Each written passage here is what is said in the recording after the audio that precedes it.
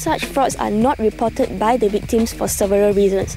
Firstly, they may feel terribly ashamed that they could be so stupid and naive. Secondly, many of the scams will involve the victim knowingly agreeing to receive the proceeds of a crime. Sometimes, the scammer will have to persuade the victim to incriminate himself, for example by falsifying a document or lying on a tax declaration.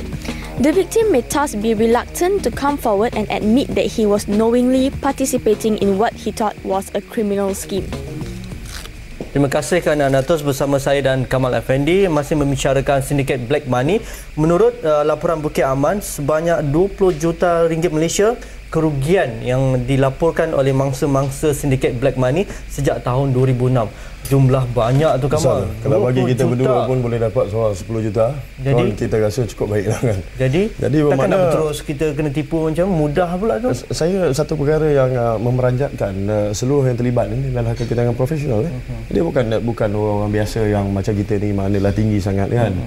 Jadi saya rasa mereka mungkin ada separuh yang berpendidikan tetapi tidak berpelajaran dalam bidang ni. Inilah keadaan sebenar ya. Tadi masa kita rehat Nazri tanya dengan saya betul ke macam mana boleh buat So again kita tunjukkan lagi sekali lah. Nazri ambil ni pembantu saya akan menunjukkan cara menyiapkan ni kertas tisu biasa. Kertas tisu dengan iodine kat rumah tu celupkan dengan iodine. Hitam. Beg kuning encik ya. Okey, tengok dia bertukar jadi hitam ya. Sepenuhnya hitam ya. Itu saya letak kat sini. Tinggal keringkan. Jadi bila orang datang ada orang datang dia kata oh ni duit betul. Dia tunjuk, dia suruh kita pilih kertas daripada karung tu. Kita pun ambil. Kita lihat ni Kamal.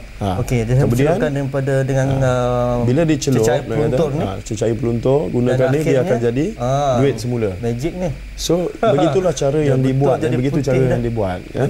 Jadi kalau ada orang kata tak betul lah, balik nanti buatlah sendiri sebab mereka dah siapkan duit yang telah disiapkan. Kali kedua datang itu barulah dia bagi kertas kosong yang photostat itu pun mahal jugalah. Kita balik rumah buka briefcase tu chemical katakan balik pun celup tak jadi apa. Memang tak jadi apa sebab yang pertama tadi duit tu dah disediakan bukan duit yang tiba-tiba kerana digelapkan kerana cetakan tak betul ini bohonglah semua tu. Mereka yang terlibat ni kebanyakan daripada Afrika dikatakan majoritinya 90% dan yang terlibat daripada warga Afrika tak kira daripada Nigeria dan berbagai negara-negara lain dan ada juga sindiket yang menggunakan wanita-wanita tempatan dikatakan. Jadi bagaimana kita nak kenal pasti wanita-wanita ini ataupun mereka yang terlibat secara langsung kerana mereka masuk ke negara kita secara sah.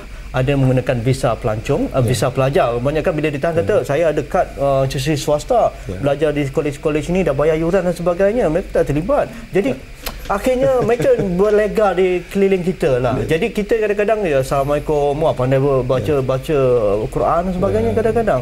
Jadi bagaimana kita nak mengelakkan daripada proses permulaan tu lagi? Kita punya masalah begini semakin hari orang semakin bijak jadi mereka mempunyai kebolehan untuk melakukan sesuatu seperti sedikit dadah dia bergantung pada kemisnya, tukang masaknya.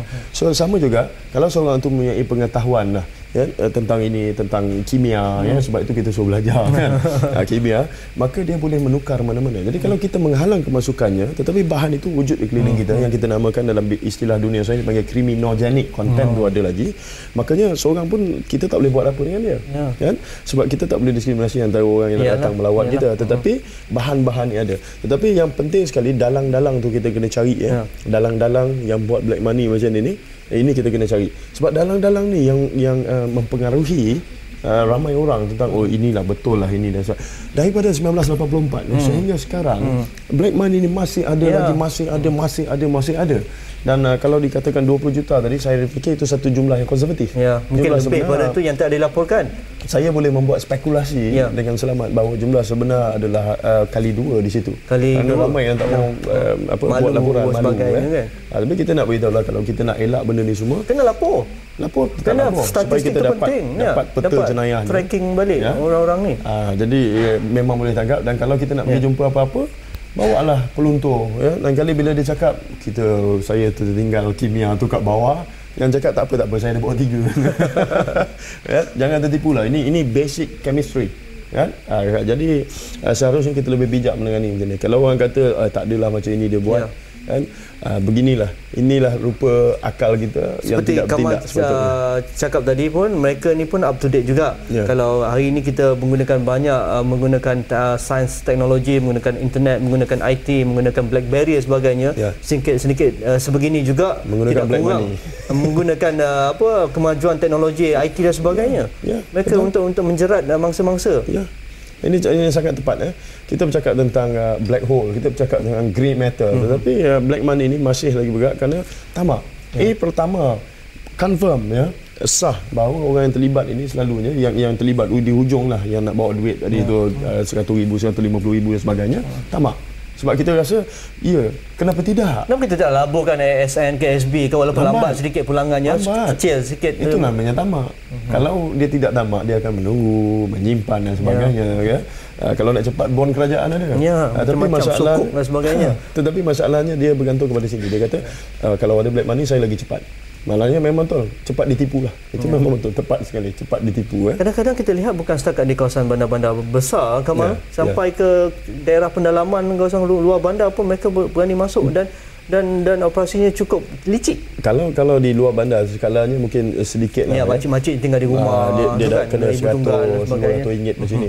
Sebab di kampung, istilahnya orang kampung ni bijak, duit simpan dengan berhati-hati, jaga semua bukan mau bantal lagi, bawa tilam dia, tapi dia jaga sangat-sangat. Tapi orang bandar ni dia rasa lusuh lah kalau tak ada duit. Makanya untuk cepat duit tu perlulah cari apa-apa peluang. Dan kalau kawan pula cakap betul ni kan, betul gosok batu ni keluar nombor, kita buat. Dan bila orang kata ini ada chemical khas ni, sama-sama lah. Duit bukan sikit. Ni ada seorang yang datang kat saya cakap, dia betul je mahal.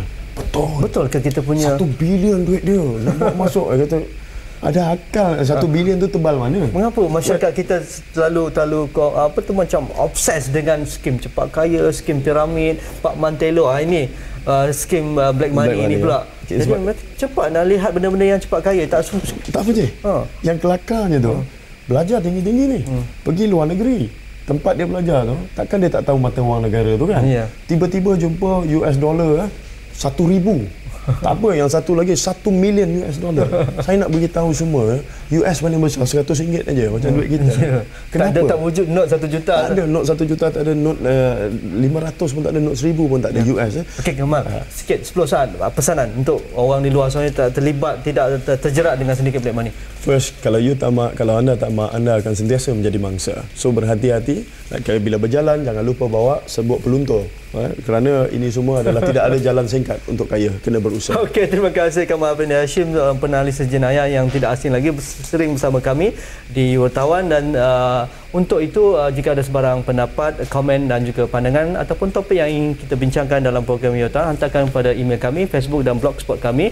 InsyaAllah kami akan bincangkan melalui program ini. Dan untuk topik malam esok, kita akan bincang kewajaran tambang pengangkutan awam dinaikkan. Bas, ekspres ataupun teksi dicadangkan untuk dinaikkan bayarannya. Bagaimana pandangan anda? Itu yang akan kita bincangkan pada malam esok. Kita sampai ini saja pada waktu ini. Jumpa lagi malam esok. Assalamualaikum, jumpa lagi.